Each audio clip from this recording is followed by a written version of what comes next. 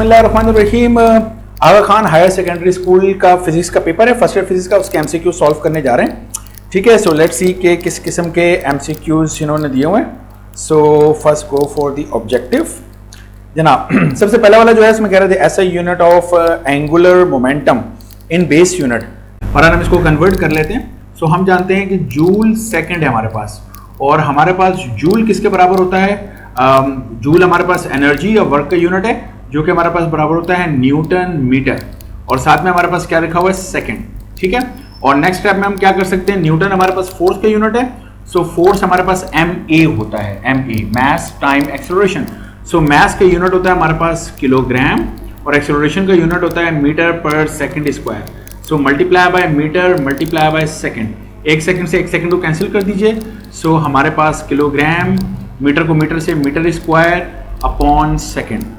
Okay, so kilogram metre square upon second, this is the answer. अच्छा, ये already जो पहले से मार्क किए हुए आंसर, ये मैंने नहीं मार्क किए, ये पहले से मार्क हैं जो मुझे फाइल किसी ने सेंड की है। सो मैं सिर्फ इसको मजीद सॉल्व करके देख रहे हैं कि डिस्कशन कर रहे हैं आपके साथ। ठीक है, तो देख लेंगे कोई सही किए गलत किए। The horizontal range of the projectile is same for which of the following pair of angle. Projectile में मैं आपको बता चुका हूं, दो एंगल ऐसे होते हैं जो कि सेम रेंज देते हैं। दो एंगल कौन से होते हैं? जिन दो एंगल का सम हमारे पास 90 होता है, याद है ना सारी बातें। सो 54 और 36 को अगर आप करें तो यस ये 90 बन रहा है। इसके अलावा अगर आप देखें 45 55 तो ये 90 नहीं है हमारे पास। 75 में 35 ये भी 90 नहीं है। सो जो पहला ऑप्शन है दैट इज अप्रोप्रिएट आंसर। ठीक है, अच्छा ये नंबर 3 अब हम करते हैं। नंबर 3 के अंदर वो हमसे कह रहा है the speed of sound in air at 70 degree. देखिए एक बात अच्छी तरह याद रखिएगा, हमने चैप्टर नंबर 8 में एक फॉर्मूला पढ़ा हुआ है, और वो फॉर्मूला हमने कुछ इस तरीके से पढ़ा है कि जो स्पीड होती है, वेलोसिटी होती है किसी भी टेम्परेचर के ऊपर, वो है 332 और under root T divided by 273। इस तरीके से ये फॉर्मूला मैंने वहां पर ड्राइव कराया हुआ है, आपको पढ़ाया हुआ है, जिसमें टेम्परेचर हमारे पास क्या है? Is in kelvin. अच्छे तरीके से याद रखिएगा कि ये जो टेम्परेचर है ये हमारे पास क्या है? केल्विन में। लेकिन आप देख सकते हैं कि हमारे क्वेश्चन में जो हमें टेम्परेचर दिया हुआ है वो सेल्सियस में दिया हुआ है। सो इस फॉर्मूले को हम ट्रांसफॉर्म करते हैं for temperature in degree Celsius. अगर डिग्री सेल्सियस में टेम्परेचर हमें गिवन हो तो ये फॉर्मूला VT हमारे पास बन जाता है 332 प्लस 0.61 मल्टीप्लाई बाय टी। अब ये टेम्परेचर डायरेक्टली आप सेल्सियस वाला टेम्परेचर यहाँ पुट कर सकते हैं। ठीक है, अच्छा ये जो 332 है ये क्या है? This is basically the speed of sound eight 0 degree Celsius. 0 degree पे 332 होती है हमारे पास, और बाकी ये टी जो टेम्परेचर है ये सेल्सियस में पुट करना है। तो मैं अभी डायरेक्टली एमसीक्यू सॉल्व कर रहा हूँ, तो इसको मैं 332 लिखूंगा। बस अब हमें करना क्या है कि इस टेम्परेचर टी की जगह पर क्या पुट करना है? 70 जो हमें क्वेश्चन में दिया हुआ है, उसको 0.61 से मल्टीप्लाई करेंगे और प्लस कर देंगे 332, तो यहां से मेरा आंसर आ जाएगा। सो मुझे जरा एक मिनट दीजिएगा, मैं कैलकुलेटर से करके आपका टाइम जरा बचा लूं। ओके जनाब, ये जो हमारे पास आंसर आ रहा है ये आंसर आ रहा है 374.7। जी हाँ, और यूनिट हमारे पास क्या होगा? मीटर पर सेकेंड। ठीक है, सो ये मेरा जो ऑप्शन बन रहा है this is the first option, right. Next one हमारे पास है नंबर 4। नंबर 4 में साफ फरमा रहे हैं। अच्छा जनाब, नंबर 4 में कह रहा है helicopter is flying horizontally with a forward force of 3800 newton, has a velocity of dash metre पर second when the rate of doing work is. तो हेलीकॉप्टर हॉरिजॉन्टली फ्लाइंग कर रहा है, हॉरिजॉन्टली मूव कर रहा है। ठीक है, और जो उसमें फोर्स है वो उसने बता दी है, और उसकी जो वेलोसिटी है वो उसने कहा है कि मुझे नहीं मालूम वेलोसिटी की वैल्यू दी होगी, बट आई थिंक सो कि मुझे इसमें नजर नहीं आ रही। एक मिनट दीजिएगा, मैं चेक करूं कहाँ है वेलोसिटी। अच्छा ना, वेलोसिटी हमारे पास है, वो थोड़ा सा मैग्नीफाई था ना, तो वो आउट हो गया था स्क्रीन से। तो हमारे पास हॉरिजॉन्टल फोर्स ही है, वेलोसिटी दी हुई है, तो वो पूछ रहा है रेट ऑफ डूइंग वर्क। आप मुझे बताएं रेट ऑफ डूइंग वर्क किसे कहते हैं? पावर को कहते हैं। तो अभी हम पावर कैलकुलेट कर लेते हैं, कोई इशू नहीं पावर कैलकुलेट करने में। सो हम जानते हैं कि पावर हमारे पास होता है फोर्स और डॉट वेलोसिटी, तो फोर्स एंड वेलोसिटी में कर लेता हूं। ठीक है, यहां पर चूंकि मैं डॉट यानी कॉस जो है इसको 0 ले लेता हूं, क्योंकि वो ये कह रहा है कि अगर ये हेलीकॉप्टर है तो इस डायरेक्शन में जो फोर्स लग रही है, और हेलीकॉप्टर भी इसी डायरेक्शन में मूव कर रहा है वेलोसिटी से, तो इसलिए मैंने दोनों के दरमियान एंगल को 0 लिया हुआ है। सो जनाब फोर्स है मेरे पास 3800 न्यूटन, और जिस वेलोसिटी से मूव कर रहा है वो है 141 सो यहाँ से मेरे पास पावर आ जाएगी, लेकिन आप जानते हैं जो भी आंसर आएगा उसका यूनिट वो इज इन किस में होगा, वॉट के अंदर हमारे पास होगा, और उसको मुझे 746 से डिवाइड करना है। ऐसा मैं क्यों कह रहा हूं, अगर आप जवाब देखिए तो हमारे जो आंसर हमें दिए हुए हैं उनका जो यूनिट है हमारे पास, एक तो वॉट में दिया हुआ है, हॉर्स पावर में दिया हुआ है, जूल पर सेकंड में। सो मैं हॉर्स पावर में मुझे कैलकुलेट करना पड़ेगा ताकि मुझे चेक करना है क्या हॉर्स पावर वाला जवाब है या नहीं है, ठीक है। सो अब मैं इसको कैलकुलेटर से कर लेता हूं, देन लेट्स सी कि हमारा आंसर क्या आ रहा है। अच्छा जनाब, ये जो आंसर मेरे पास आ रहा है, ये आंसर निकल के आ रहा है मेरे पास 535 और 800, ठीक है। और ये जो आंसर होगा किस में होगा, मेरे पास वॉट में होगा। अभी मैंने 746 से डिवाइड नहीं किया, डिवाइडेड बाय 746, लेकिन मैं आपको एक बात बताना चाह रहा हूं, और वो बात ये है कि अगर आप यहां देखें तो ये 535 जो है, ये जो मैंने लिखा है, अगर आप इसको साइंटिफिक नोटेशन के अंदर करेंगे, पॉइंट यहां पे लेकर आएंगे तो 1 2 3 4 5, यस 5.35 10⁵ बिल्कुल इसी तरीके से बनेगा। लेकिन आप देख रहे हैं इसके साथ यूनिट क्या लिखा हुआ है, जूल लिखा हुआ है, जबकि मेरा जो आंसर है वो वॉट में, इसलिए मैं 535 वाले आंसर को टिक नहीं करूंगा। बी केयरफुल, क्योंकि कुछ स्टूडेंट क्या होंगे, इनको मल्टीप्लाई करके वो ये देखेंगे और पॉइंट्स में जब वो करेंगे तो बोलेंगे हाँ यही जवाब है, और यूनिट की गलती कर बैठेंगे, जवाब गलत हो जाएगा। अब मुझे इसको डिवाइड करना है 746 से, तो मैंने इसको डिवाइड किया 746 से। सो मेरा आंसर यहां पर आ रहा है 718.2, तो ये देखना है 718.2। अब जब मैंने 746 से डिवाइड किया तो ये जो 718.2 है, ये मेरे पास किस में होगा, इसका यूनिट क्या होगा, हॉर्स पावर होगी। तो आई बिलीव सो कि समझ में आ रहा होगा आपको कि किस तरीके से करना है। लिहाजा मेरा जो जवाब है वो है 718 HP। नेक्स्ट वन, वो कह रहा है the trajectory followed by the projectile is known as, projectile जिस रास्ते पर ट्रैवल करता है उसको हम प्रोजेक्टाइल की ट्रेजेक्ट्री कहते हैं। उसकी जब हम डेरिवेशन करते हैं तो सेकंड ऑर्डर इक्वेशन आती है, जिसका मतलब यानी क्वाड्रेटिक इक्वेशन आती है, और क्वाड्रेटिक इक्वेशन हमेशा कर्व होते हैं, तो इसका मतलब है ट्रेजेक्ट्री हमेशा से एक पैराबोला होगा, तो उसको हम पैराबोला कहते हैं। तो मैं डायरेक्टली आंसर को टिक कर रहा हूं, ठीक है, बात समझ में आ रही होगी आपकी इंशाल्लाह। नेक्स्ट वन वो कह रहा है the dimension of the kinetic energy same as the dimension of, जिनके यूनिट सेम होते हैं उनकी डायमेंशन सेम होती है।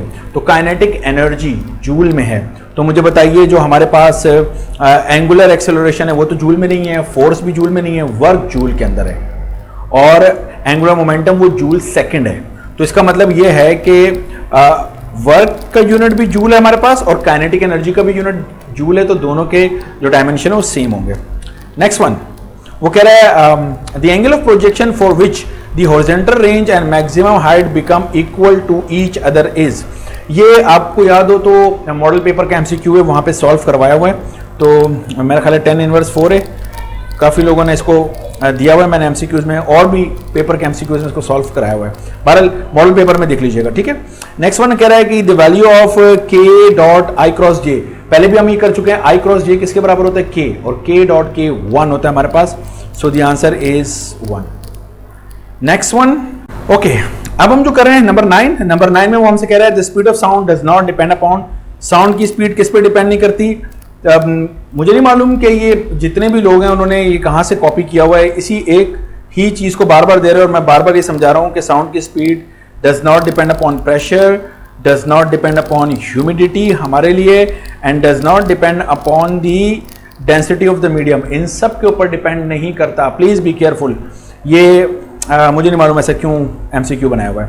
नेक्स्ट नंबर 10 कह रहा है the SI unit of the loudness of the sound, loudness जो है उसका यूनिट होता है हमारे पास सोन। तो ये सोन है, लेकिन जिसने मार्क किया हुआ है उसने डेसिबल मार्क किया, गलत किया हुआ, ठीक है। डेसिबल किसके यूनिट है, इंटेंसिटी लेवल का। हम लाउडनेस की बात कर रहे हैं तो लाउडनेस का यूनिट हमारे पास सोन है। At 1000 hertz 1 sone is equal to, पहले भी मैंने बात बताई थी, हम फ्रीक्वेंसी 1000 हर्ट्ज के ऊपर ही बात करते हैं, मोस्ट सेंसिटिव होते हैं human ear. So 1 sone is equal to 40 dB, रटा एक बात है हमारे पास।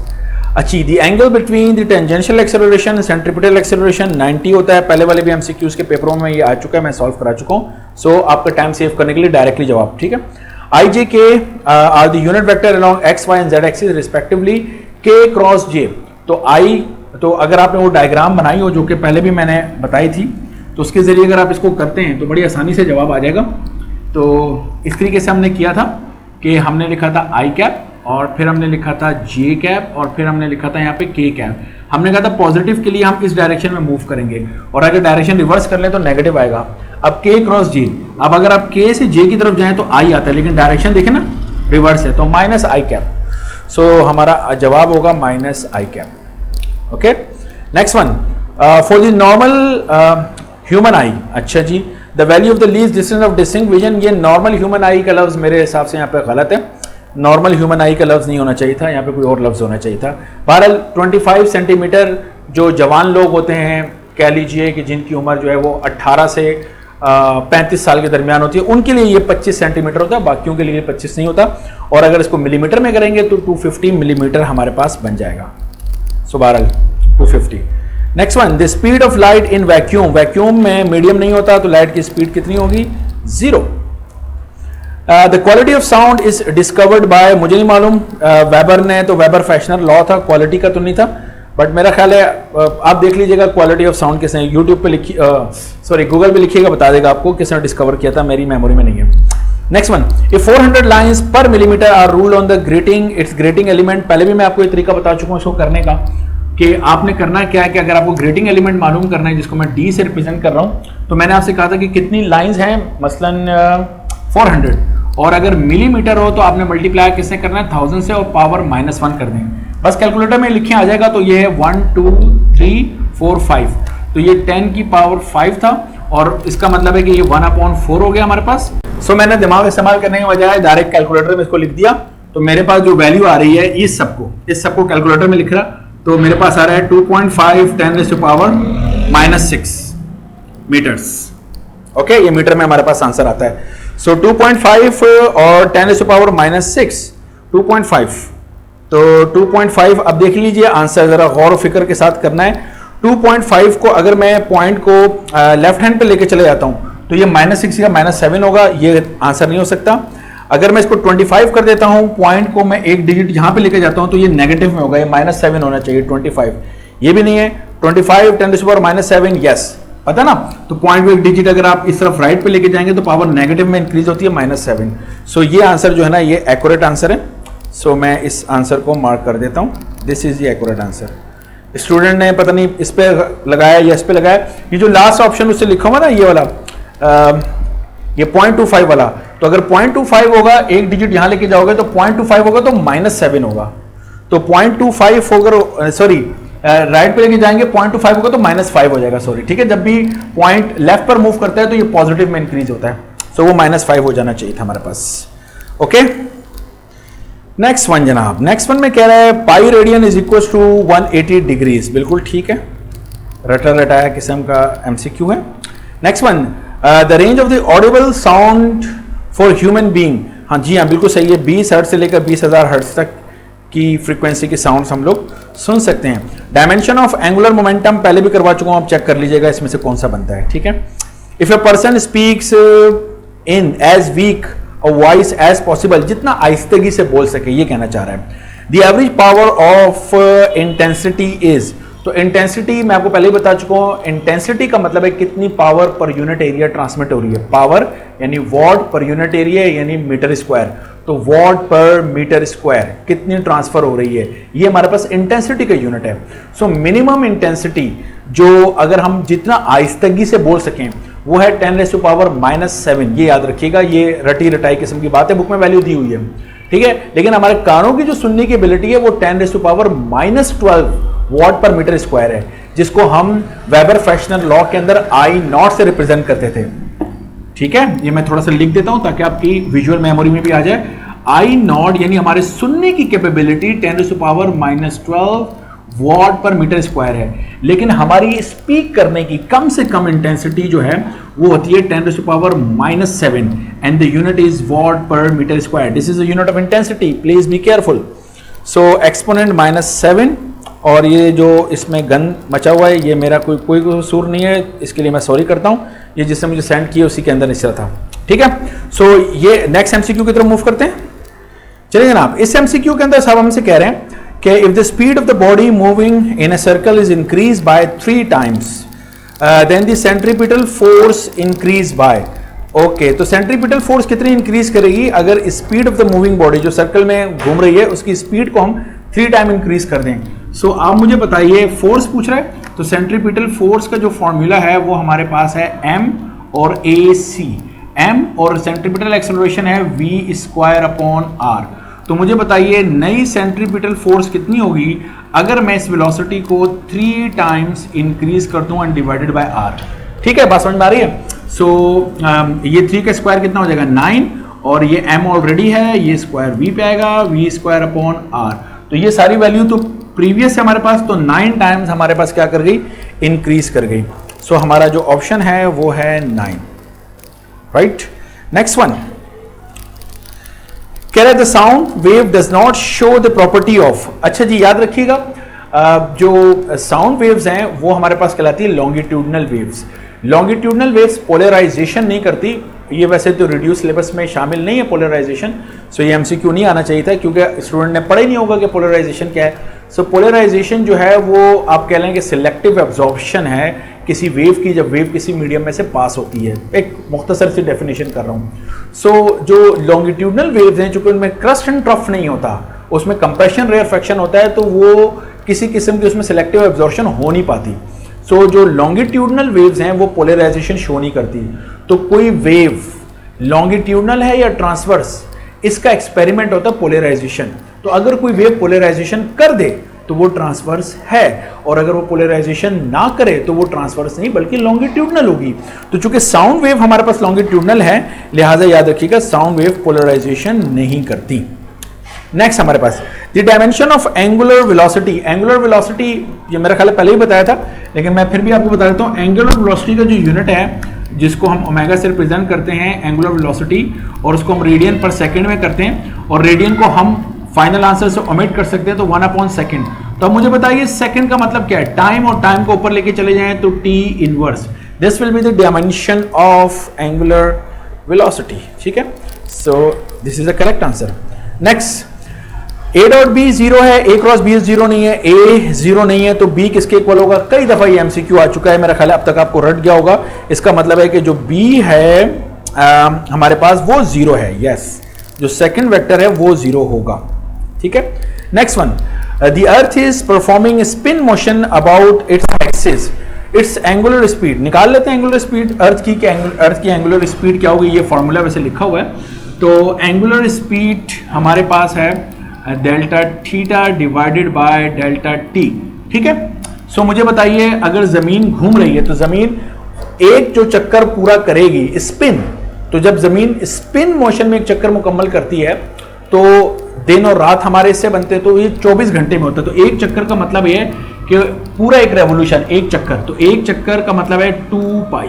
ठीक है, और एक चक्कर कितनी देर में करती है 24 आवर्स में, और आवर से सेकंड में जाने के लिए आपको इससे किससे डिवाइड करना पड़ेगा 3600 से, मतलब 24 को 360 से मल्टीप्लाई करना पड़ेगा। सो कितना रेवोल्यूशन करता है 2 पाई, एक मुकम्मल स्पिन, और उसमें टाइम कितना लगता है 24 आवर, उसको हमने सेकंड में कर लिया। बस इसको कैलकुलेटर में रखें, आपका आंसर आ जाएगा। रुकिए मैं इसको करके आपको जवाब लिख देता हूं। ठीक है, अच्छा जनाब, मेरा जो आंसर आ रहा है मैंने लिख दिया 7.27 10⁻⁻5 एंड अच्छा अब मुझे एक बात बताइएगा, मुझे इसको देख के नजर आ रहा है जो एंगुलर हमारे पास डिस्प्लेसमेंट है वो हमारे पास किसके अंदर होता है रेडियन में, और टाइम किस में होता है सेकंड में। सो इस वैल्यू के साथ इस यूनिट का भी सही होना जरूरी है, क्योंकि मुझे इसमें नजर आ रहा है यूनिट में भी हमारे साथ गेम खेला है। देखें 7.27 10⁻⁻5 रेडियन पर सेकंड और 7.27 10⁻⁻5 रेवोल्यूशन पर सेकंड, नॉट रेवोल्यूशन, रेवोल्यूशन नहीं होगा, प्लीज बी केयरफुल। ठीक है, सो इसका जो यूनिट है वो हमारे पास रेडियन पर सेकंड है।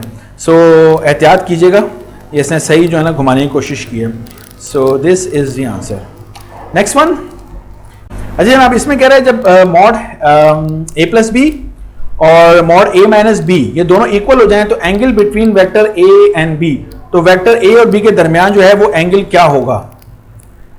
अच्छा जनाब, इसको करने का हमारे पास जो तरीका है वो ये हो सकता है कि मैं ये बात जानता हूं कि जो मॉड है, यस, जो a प्लस बी है मेरे पास और मॉड a माइनस बी, मैं इन दोनों के फॉर्मूला लिख दूं। सो इसका फॉर्मूला मैं जानता हूं क्या होता है, square root a square plus B square plus 2 और a dot B is equal to, इसका फॉर्मूला है root a square plus B square minus 2 and a dot B agreed, मेरा ख्याल है इससे कोई फर्क तो नहीं पड़ा होगा, समझ में आ गया होगा। रूट से रूट क्या हो गया, कैंसिल हो गया। उसके बाद हमारे पास मैं जरा जगह बचाना चाह रहा हूं, ये रूट हो गया कैंसिल, ठीक है। इसके बाद क्या है, ए स्क्वायर से ए स्क्वायर कैंसिल और बी स्क्वायर से बी स्क्वायर हमारे पास क्या हो जाएगा, कैंसिल हो जाएगा। सो मेरे पास यहाँ पे है 2a dot B is equal to -2a dot B. ये इस माइनस वाले को पूरे को उठा के यहाँ ला रहा हूँ, तो ये हो जाएगा 2 मेरे पास a dot B plus 2a dot B is equal to 0। क्या ख्याल है, ऐसे हो जाएगा। सो 2 और 2 कितना हो जाएगा 4 and this become a dot b is equal to 0। ये 4 मल्टीप्लाई का है, वहां जाकर डिवाइड हो जाएगा। सो मेरे पास a डॉट b कितने के बराबर आ जाएगा, 0 के बराबर। तो अब आप मुझे सिर्फ ये बताइए कि a डॉट b 0 कब होता है। तो आप बोलेंगे a डॉट b उस वक्त 0 होता है जब a और b के दरमियान एंगल 90 हो, क्योंकि a b cos थीटा है, तो cos 90 पर 0 होता है। सो हमारा जो ऑप्शन है वो है 90। Okay, next one, if the mass of the simple pendulum is double, इस टाइम पीरियड कोई फर्क नहीं पड़ेगा, पहले भी बात हो चुकी है, टाइम पीरियड लेंथ पे और g पर डिपेंड करता है। So unchanged. Next one, the speed of light is maximum in, याद रखिएगा लाइट की स्पीड वैक्यूम में सबसे ज्यादा होती है। तो जब लाइट हमारी दुनिया में आती है, हवा में उसकी स्पीड पे फर्क पड़ता है, पानी में जाती है तो पानी में भी उसकी स्पीड पे के ऊपर फर्क पड़ रहा होता है, और स्पीड की वजह से वेवलेंथ पे फर्क पड़ रहा होता है, फ्रीक्वेंसी में कोई फर्क नहीं पड़ता। ये तमाम बातें हम पहले भी एमसीक्यूज में डिस्कस कर चुके हैं। सो ये जो जब लाइट किसी मीडियम में जब जाती है तो उसकी स्पीड पे फर्क पड़ता है। इस स्पीड के फर्क के ऊपर हमने एक डेफिनेशन बनाई थी रिफ्रैक्टिव इंडेक्स की, याद है। एक तो रिफ्रैक्टिव इंडेक्स स्नेल्स लॉ से हम बताते हैं बिकॉज ऑफ द एंगल, और एक हम रिफ्रैक्टिव इंडेक्स बताते हैं कि किसी मीडियम में कितनी स्पीड है लाइट की डिवाइडेड बाय हम करते हैं किससे, स्पीड ऑफ साउंड वैक्यूम में। तो वैक्यूम में सबसे ज्यादा होती है, और जब भी लाइट किसी मीडियम में जाती है तो उसकी स्पीड कम हो जाती है, ठीक है। So vacuum. Next, the SI unit of angular acceleration, तो रेडियन पर सेकंड स्क्वायर, रेडियन पर second square. Next one, the work done by centripetal force is always, centripetal force कितना वर्क करती है ये भी जरा देख लीजिए। याद रखिएगा, अगर मैं बात करूं एक सर्कल में बना लूं, तो ये सर्कल है, सर्कल के सेंटर से लेकर अगर यहां पर एक बॉडी है, यहां तक का जो डिस्टेंस होता है वो होता है रेडियस, और इसी डायरेक्शन में जो एक्सेलरेशन होती है वो सेंट्रीपिटल एक्सेलरेशन होती है, और सेंट्रीपिटल एक्सेलरेशन की डायरेक्शन में जो फोर्स होती है वो सेंट्रीपिटल फोर्स होती है। तो सेंट्रीपिटल फोर्स की डायरेक्शन है ये, ठीक है। और से देख लें, बॉडी जो है जब भी सर्कल में घूमे तो टेंजेंट की डायरेक्शन में उसकी होती है वेलोसिटी, जिसको टेंजेंशियल वेलोसिटी भी हम लोग कह सकते हैं। और वेलोसिटी की डायरेक्शन में हमेशा क्या कवर होता है, डिस्प्लेसमेंट कवर होता है। सो डिस्प्लेसमेंट की डायरेक्शन, आर की डायरेक्शन ये है, और सेंट्रीपिटल फोर्स ये है। फोर्स और डिस्प्लेसमेंट के दरमियान एंगल कितना है, 90। तो अगर आप वर्क का फॉर्मूला लगाते हैं तो वर्क का फॉर्मूला है एफ एस कॉस थीटा, और अगर आप 90 यहां पुट करते हैं 90, तो cos 90 0, तो पूरा आंसर कितना हो जाएगा 0। तो याद रखिएगा सेंट्रीपिटल फोर्स कितना वर्क करती है, हमेशा जवाब क्या आएगा 0। Centripetal force does no work, reason मैंने आपको यहां पे सारा समझा दिया। सो 0 इज माय आंसर, ठीक है। Next one, if A projectile of 2 kg mass is fired with an initial velocity of 90 meter per second to hit a ground level target, its maximum horizontal range will be, तो maximum horizontal range उसकी क्या होगी ये हमें बतानी है। अच्छा, आप मुझे बताइएगा, क्या हम ये बात जानते हैं कि जो मैक्सिमम हॉरिजेंटल रेंज है उसका फॉर्मूला हमारे पास क्या है। मैक्सिमम हॉरिजेंटल रेंज हमें 45 डिग्री पे मिलती है, तो हम डायरेक्ट फॉर्मूला उसका अप्लाई करते हैं V0 स्क्वायर अपॉन जी, और साइन 2 थीटा इसलिए लिखते हैं कि साइन के साथ जब हम 2 मल्टीप्लाई बाय थीटा कितना 45, तो साइन 91 हो जाता है, ये फॉर्मूला है। तो मैक्सिमम हमारे पास हॉरिजेंटल रेंज का ऐसे है ना, यस। तो V0 हमारे पास कितना है 90 पे स्क्वायर एंड डिवाइडेड बाय 9.8। सो बस अब आप इन दोनों को डिवाइड कर लीजिए, हमारा आंसर आ जाएगा। सो मैं कैलकुलेटर से करके इसको आपको बता देता हूं, ठीक है। तो जनाब ये आंसर बिल्कुल एग्जैक्टली यही निकल रहा है 826.5 मीटर्स में। बोर्ड में नहीं लिखा, बस मैंने यहाँ पे डायरेक्टली बता दिया। नेक्स्ट वन, वो कह रहा है कि displacement covered by body during 2 revolution on a circular of radius R. तो ये पहले भी मैं करा चुका हूं इस तरह का एमसीक्यू। डिस्प्लेसमेंट का मतलब होता है चेंज इन पोजीशन। तो अगर जहां पर हैं घूम के वहीं पर आ जाएं तो ये हो गया 1 रेवोल्यूशन, फिर घूम के दोबारा उसी जगह आ जाए 2 रेवोल्यूशन, तो पोजीशन तो चेंज हो ही नहीं, तो डिस्प्लेसमेंट कितना है 0। तो जब डिस्प्लेसमेंट 0 है तो आंसर हमारे पास 0 होगा। Okay, that's it. अच्छा, नेक्स्ट हमारे पास है, इस एमसीक्यू में कह रहा है the rate of change of angular momentum is known as, पहले भी बता चुके हैं, rate of change of angular momentum को हम टॉर्क कहते हैं, ठीक है, रिपीटेड है हमारे पास।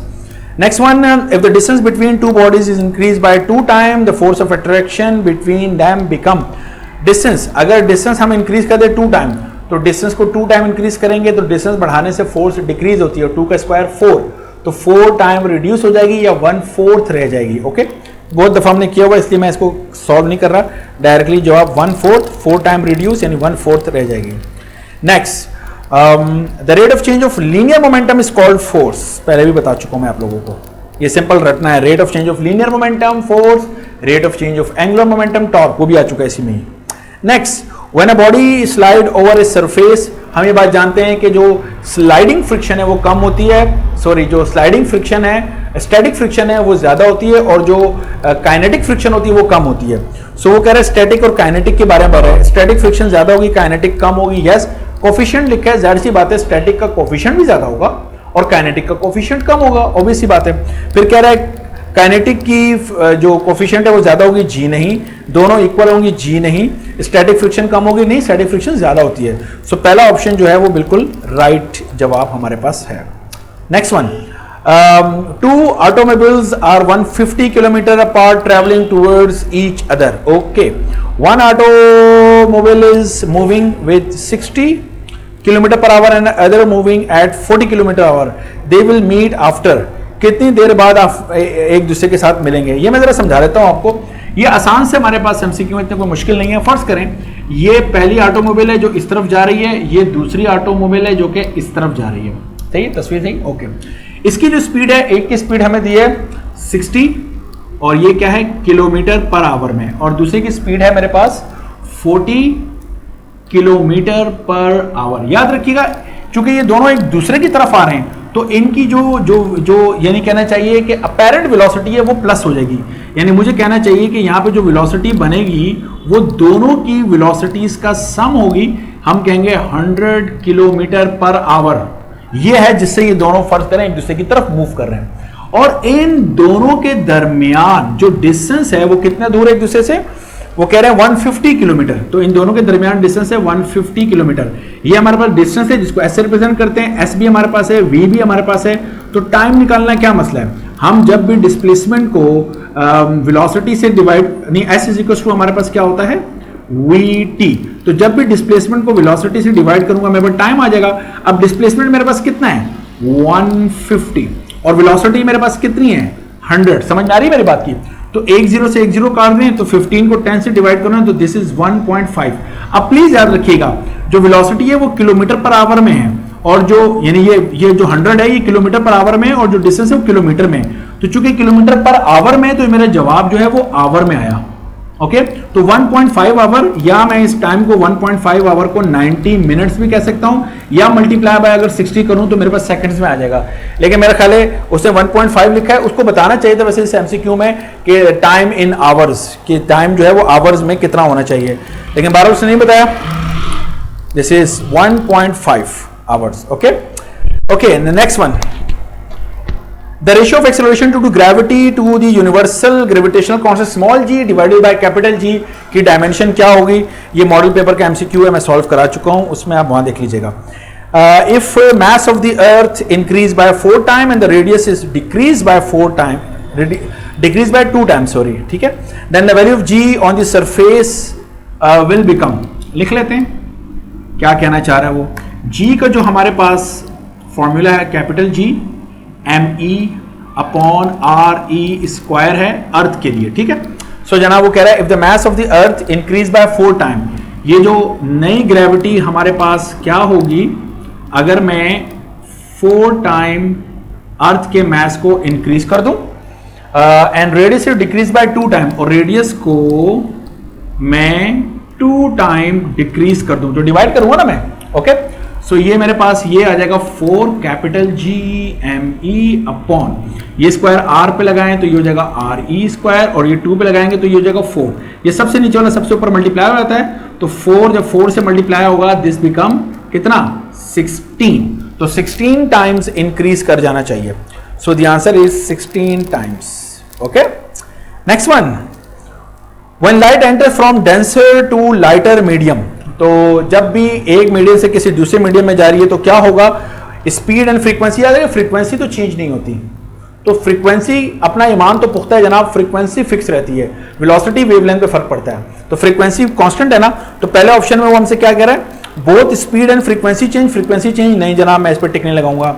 Both wavelength and frequency change, frequency change आ रहा है, नहीं मैं इस पर भी टिकने लगाऊंगा। तीसरा, both speed and wavelength change, हाँ ये दोनों चेंज होती हैं। चौथे में, both speed and wavelength remain same, नहीं दोनों सेम नहीं रहती, तो स्पीड और वेवलेंथ चेंज होती है, जी हाँ। तो हमारा जो तीसरा ऑप्शन है that is the accurate answer. Okay, I believe so. Okay, एक लास्ट वन रहता है, बल्कि ये मैंने करवाया हुआ पहले। 600 man runs up stair 4 metre in 3 second, तो पावर नीडेड, ये पहले भी मैं किसी एमसीक्यू की वीडियो में करा चुका हूं, बल्कि कई दफा करा चुका हूं। बस इसमें से फर्क ये है कि उसमें आंसर वॉट में दिया होता था, इसमें इसने इसको हॉर्स पावर में कन्वर्ट किया है। तो मुझे बताओ पावर हमारे पास क्या है, पावर हमारे पास है वर्क अपॉन टाइम, और ये वो वर्क जिससे हम किसी चीज से नीचे से ऊपर जाते हैं वो होता है हमारे पास mgh, पोटेंशियल एनर्जी। mg को हम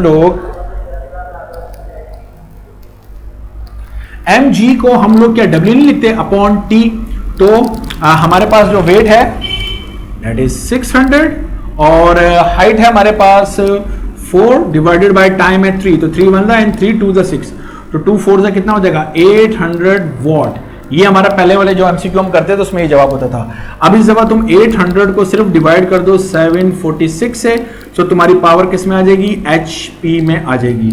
सो आई बिलीव सो, उम्मीद करते हैं कि इसने जो टिक लगाया वो सही है, लेकिन बहरहाल मैंने बता दिया ये तरीका है करने का, ठीक है। So this is the answer. So that's it, ये हमारे पास 42 एमसीक्यूज हो गए आगा खान के कॉलेज के, एक अच्छा कॉलेज है और इसके एमसीक्यूज भी अच्छे थे। So thank you so much, इंशाल्लाह फिर किसी नेक्स्ट वीडियो से मिलते हैं। स्टिल इफ यू फील कि आपको कुछ पूछना है तो आप मुझे कमेंट करके पूछ सकते हैं, ठीक है। और लाइक जरूर कीजिएगा अगर आपने कुछ सीखा इससे, और शेयर कीजिए बाकी फर्स्ट ईयर के स्टूडेंट के साथ। थैंक यू सो मच, अल्लाह हाफिज़।